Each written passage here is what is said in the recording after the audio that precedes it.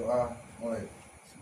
Tim Macan Tutul Unit Reskrim Polsek Balung berhasil menggerebek tempat praktek perjudian kartu domino yang ada di Dusun Jogaran, Desa Gumelar, Kecamatan Balung, Jember. Dari lokasi penggerebekan, polisi mengamankan 3 penjudi. Rumah salah satu warga ini memang sering digunakan tempat bermain judi saat malam hari hingga dini hari. Ketiga pelaku bernama Mastur Alex, 52 tahun, Muhammad Suyit Rianto, 46 tahun, dan Masuri, 46 tahun, yang merupakan warga sekitar TKP.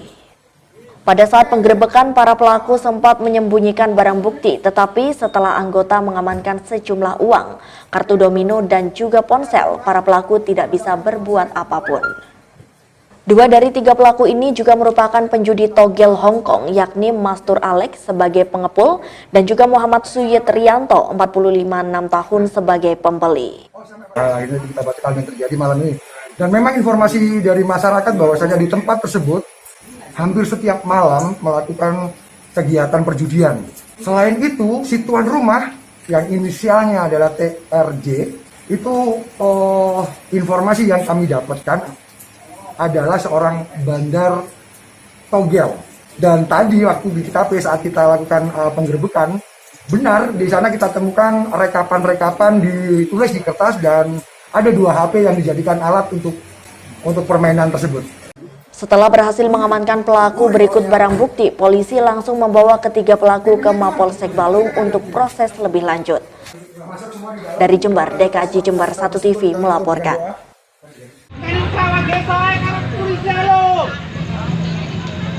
Ratusan warga dari Desa Bagurjo, Kecamatan Gumukmas ini sudah tidak sabar melihat ulah jambret yang meloloskan diri dengan cara terjun ke sungai karena sudah terkepung oleh warga.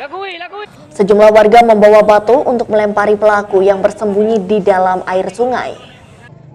Pelaku baru bisa diamankan setelah Polsek Gumukmas datang. Ternyata pelaku bernama Yudi, warga Banyuwangi yang akan ke Lumajang. Namun sampai di Desa Bagurjo kehabisan bekal sehingga nekat mengambil HP yang ada di dashboard Neneng yang merupakan karyawan warung bakso. Mengetahui HP-nya diambil, maka Neneng berteriak minta tolong sehingga warga langsung mengejar pelaku. Saat itu Yudi nekat terjun ke sungai untuk menghilangkan jejak. Menenangkan masyarakat, meredam masyarakat, biar nggak membutuhkan massa, biar nggak main hakim sendiri. Karena juga saya juga mengerti hukum, Pak. Pak, itu tadi jambret dari mana sih, Pak? Itu jambret dari Lumajang, Pak. Berapa orang? Itu tersangkanya 1 orang. 1 orang. Itu Ya. tadi jambret apa, Pak? Itu jambret HP. Saya gali informasi sedikit di mobil patroli. Itu BB-nya ada di sana, BB-nya si tersangka juga BB si korban. Pelaku tadi kok bisa sampai loncat ke sungai atau terjatuh atau gimana? Kemungkinan saya gali informasi juga di lingkungan masyarakat. Di mana tersangkanya? Di bawah sungai, Pak. Di bawah sungai. Itu tadi terjatuh berarti, Mas? Mungkin dia itu sengaja sendiri, Menjatuhkan diri. sendiri untuk menyelamatkan dirinya dari amukan massa. Setelah jambret ya? Iya, setelah jambret. Dari Gumukmas, Sugito Jember 1 TV melaporkan. Bencana banjir di Kabupaten Jember memang tengah menjadi sorotan dari berbagai pihak karena tidak adanya anggaran Pemkab untuk korban bencana. Anggota DPRD Jember David Handoko Setok menjelaskan bahwa anggaran COVID yang begitu besar seharusnya bisa digeser untuk bencana banjir tersebut. Menurutnya masalah COVID maupun banjir adalah sama pentingnya karena perlu penanganan yang lebih baik. Menurut politisi Nasdem ini, bencana banjir saat ini adalah bencana lokal yang seharusnya Pemkab bisa mengatasi dengan lebih cepat. Ia sangat menyayangkan dengan anggaran COVID sebesar 479 miliar rupiah. Pemkab tidak bisa memberikan anggaran untuk bencana banjir yang nilainya tidak mungkin sampai sebesar COVID tersebut. Jadi kemarin waktu ada Pak Sekda Provinsi semalam, saya minta agar logistik dari pemerintah provinsi sebagian ditaruh di Bakorwil. Tujuannya kalau nanti kita memang tidak bisa bergerak karena tidak punya anggaran, kita sudah bisa mengeksekusi logistik yang dari Bakorwil ini ke tempat-tempat yang dibutuhkan. Nah, ketika bicara soal tadi anggaran memang hari ini sedang tidak ada, ya ini sebenarnya jadi hal yang tidak menarik lah untuk dibicarakan. Jadi aneh sekali anggaran refocusing untuk COVID sebanyak itu, kemudian untuk mengatasi bencana yang lokal ini kita tidak mampu. Lucu. Sementara itu, pihak eksekutif masih berkutat pada carut-marutnya persoalan APBD Jember yang memang belum disahkan sehingga anggaran tidak bisa dicairkan. Kami ingin mengusulkan kepada Ibu Bupati untuk membatalkan peraturan Bupati terkait dengan APBD nomor 1 tahun 2021. Karena ini menimbulkan keraguan-raguan pada seluruh pejabat untuk mencairkan anggaran. Kita ingin segera ini dibatalkan, kemudian kita usulkan kembali kepada Ibu Gubernur peraturan Bupati tentang rancangan kas belanja mendahului APBD 2021. Sehingga yang kita usulkan hanya belanja wajib mengikat dan mendesak saja. Sebelumnya di depan Bupati Faida, Menteri Sosial Republik Indonesia Tri Risma hari ini mengatakan bahwa seharusnya setiap daerah memiliki buffer stok terutama cadangan makanan.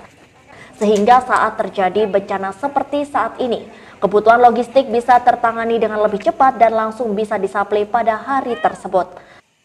Ini tadi saya cek, saya dapat laporan ke sini.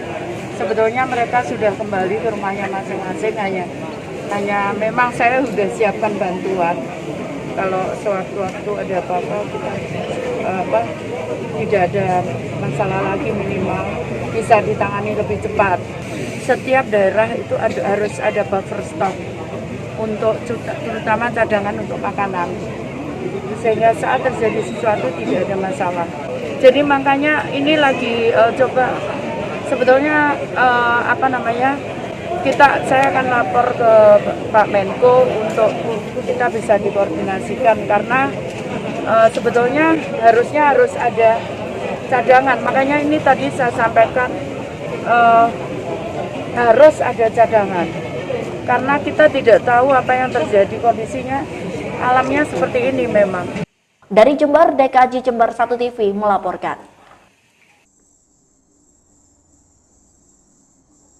Usai menerima sumbangan dari GRJ dan beberapa elemen masyarakat lainnya, Kepala Dinas Lingkungan Hidup Aris Maya mengucapkan terima kasih karena kepedulian masyarakat sangat berpengaruh bagi operasional truk sampah yang selama ini kekurangan bahan bakar. Setelah menerima sumbangan dari beberapa masyarakat ini, memang truk sampah kembali beroperasional normal dan sampah di Jember bisa diangkat ke TPA di Pakusari. Ia mengaku sumbangan ini paling tidak sudah bisa mencukupi kebutuhan BBM selama 2 bulan dan jika APBD nanti sudah cair, maka ia akan mengumumkan sisa dari uang sumbangan tersebut. Aris Maya mengaku tidak cairnya dana untuk truk sampah memang disebabkan oleh persoalan APBD dan ditolaknya Perkada Bupati oleh Gubernur. Pertama, saya sebagai Kepala DLH, terima kasih kami ucapkan kepada masyarakat yang sudah memberikan partisipasi dalam bentuk sumbangan, bantuan, pinjaman dan sebagainya, sehingga sejauh ini tanpa anggaran resmi dari APBD kita masih bisa melayani persampahan untuk pembersihan sampah, pengangkutan sampah. Nah, memang dari untuk selanjutnya ini memang dari lapangan memang sudah situasinya memang sudah agak berat dan diperkirakan maksimal Sabtu ini sudah kami betul-betul tidak mampu lagi tanpa adanya eksekusi dari APBD maupun dari bantuan masyarakat. Ia berharap urusan APBD Jember segera kembali normal dan pelayanan kepada masyarakat tetap berjalan dengan baik. Dari Jember, DKJ Jember 1 TV melaporkan.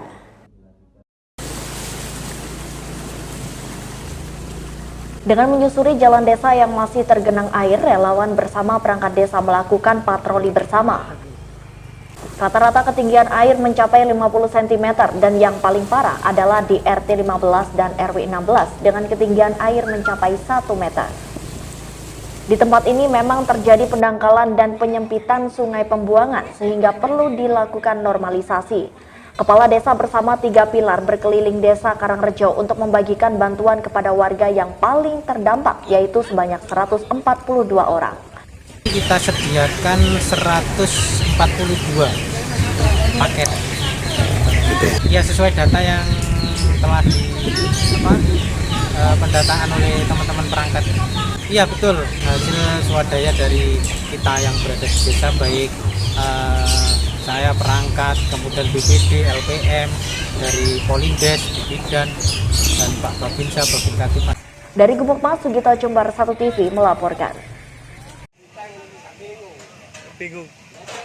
Seperti yang terlihat adalah suasana aktivitas di dapur umum di posko bencana alam banjir yang ada di Desa Wonoasri, Kecamatan Tempur, Reja Jember, untuk memenuhi kebutuhan makan para korban banjir. Dalam satu hari sekali, tim relawan menyiapkan 2.500 hingga 3.000 bungkus nasi siap saji untuk para korban banjir.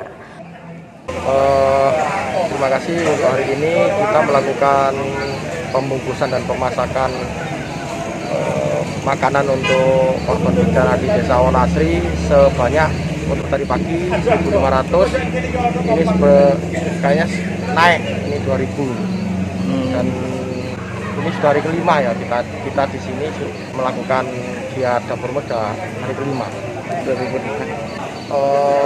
Biasanya sih 4.000 karena fluktuatif ya, kadang naik kadang turun, tapi ini kita siapkan 3.000 lah seperti biasa, tapi dibantu sama teman-teman relawan lain yang 1.000-nya, jadi kita 3.000, relawan lain 1.000.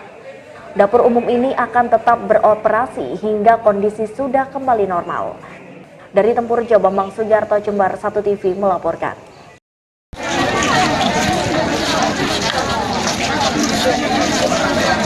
Puluhan karyawan PT Imasco Asiatik yang ada di Desa Puger Wetan, Kecamatan Puger, Jember, melakukan aksi demo besar-besaran dan dijaga ketat oleh aparat kepolisian dan TNI.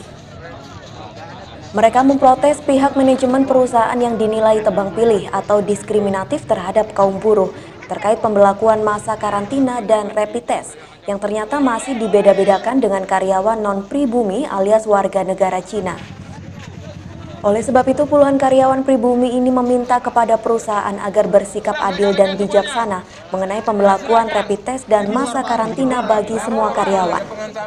Ya, bentuk untuk membentuk new normal sama perusahaan sama tetap kekeh dengan protokolnya. Protokolnya tidak merata 100%. Kenapa? Di lapangan itu saya melihat orang-orang itu sama tidak melakukan protokol kesehatan sesuai peraturan pemerintah. Oke, karantina. Karantina ada yang 3 hari, ada yang tidak dikarantina sama sekali. Nah, itu seperti apa? Sedangkan kita harus karantina dan potong gaji. Ada orang Cina karantina, ada orang Cina yang karantina cuma 3 hari. Dan itu seperti apa? Apakah itu semua menyeluruh protokol kesehatannya? Tidak. Sama saja, resiko di luar sama di dalam sama saja. Kita resiko terkena COVID di dalam dan di luar sama saja. Dan buat apa ada karantina di sini, ada lockdown di sini percuma. Resiko tertularnya sama saja. Pingin ada kebijakan dari perusahaan itu merata 100%. Dari mulai karyawan Cina juga karyawan kalau menyangkut tentang protokol cuma itu saja. Terkait persoalan tersebut, pihak perusahaan atau PT Imasco Asiatik belum bisa memberikan penjelasan kepada awak media. Dari Puger, Bambang Sugiarto, Jember 1 TV melaporkan.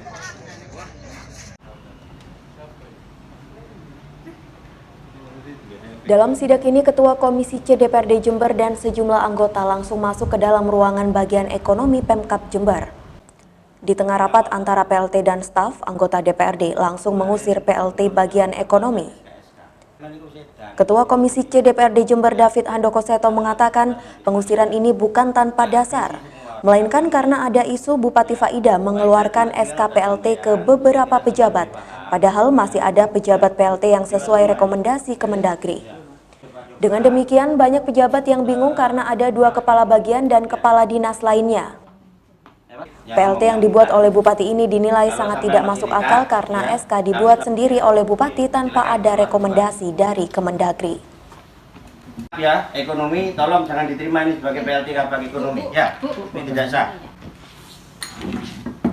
Ya, silakan keluar duluan.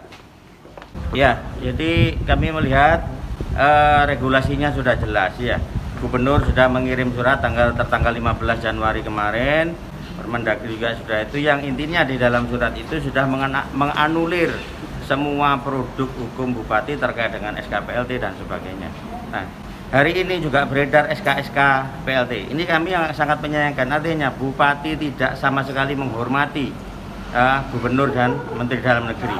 Ya, dan ini adalah sudah makar menurut saya. Sudah makar apa yang dilakukan bupati dan layak untuk dilaporkan ke pidana apa yang sudah dilakukan bupati. Jadi yang diusir itu siapa? Yang kami usir tadi adalah Saudari Penny, mengaku PLT Kabag Ekonomi. Ya. Padahal ya dia dari sisi kepangkatan dan dari sisi mekanisme sudah jelas-jelas salah. Dari Jember, DKAJ Jember 1 TV melaporkan.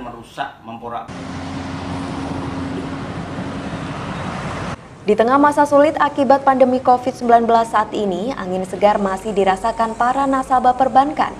Pasalnya relaksasi kredit akan diperpanjang hingga bulan Maret. Kepala Otoritas Jasa Keuangan atau OJK Jember Azil Syah Nurdin menjelaskan bahwa selama tahun 2020 di wilayah Jember, jumlah nasabah yang mengajukan relaksasi di Bank Umum sebanyak 71.000 nasabah dengan nilai mencapai 4,5 triliun rupiah. Sementara untuk BPR sebanyak 2.400 nasabah dengan nilai 243 miliar rupiah. Oleh karena itu, dengan perpanjangan masa relaksasi kredit ini, jika ada nasabah yang ingin mengajukan relaksasi bisa langsung mengajukan kepada pihak perbankan. Terkait teknis persetujuan relaksasi diserahkan kepada kebijakan perbankan masing-masing, yang setiap bank akan melihat dan menilai apakah nasabah tersebut benar-benar terdampak COVID-19 atau tidak.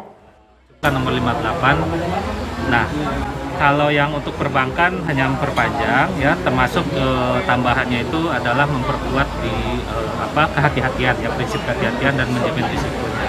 Nah, sementara untuk yang pembiayaan, lembaga pembiayaan itu menambah cakupan lembaga yang diberikan, yang bisa memberikan relaksasi ya, yaitu LKM, termasuk di sini bank wakaf mikro ya, lembaga keuangan mikro termasuk di situ adalah bank wakaf mikro. Jadi ada tambahan cakupan lembaga yang bisa memberikan relaksasi kepada debitur. Azil berharap dengan adanya perpanjangan relaksasi ini, nasabah bisa melanjutkan usahanya tanpa memikirkan beban cicilan kredit di bank hingga masa pandemi COVID-19 berakhir dan pendapatan usahanya kembali normal. Dari Jember, DKAJ Jember 1 TV melaporkan.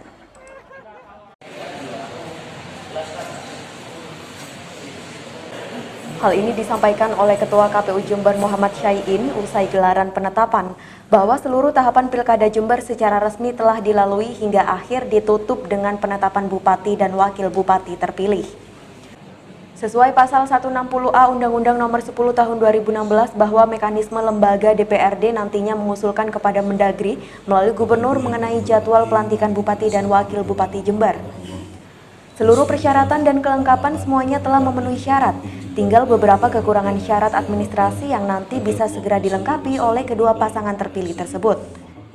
Pelantikan ataupun Bupati dan Wakil Bupati terpilih nanti ada di lembaga lain, yaitu di DPRD Kabupaten Jember yang nantinya akan diusulkan ke Kemendagri melalui Gubernur, dan itu sudah sesuai dengan pasal 160A di Undang-Undang 10 2016.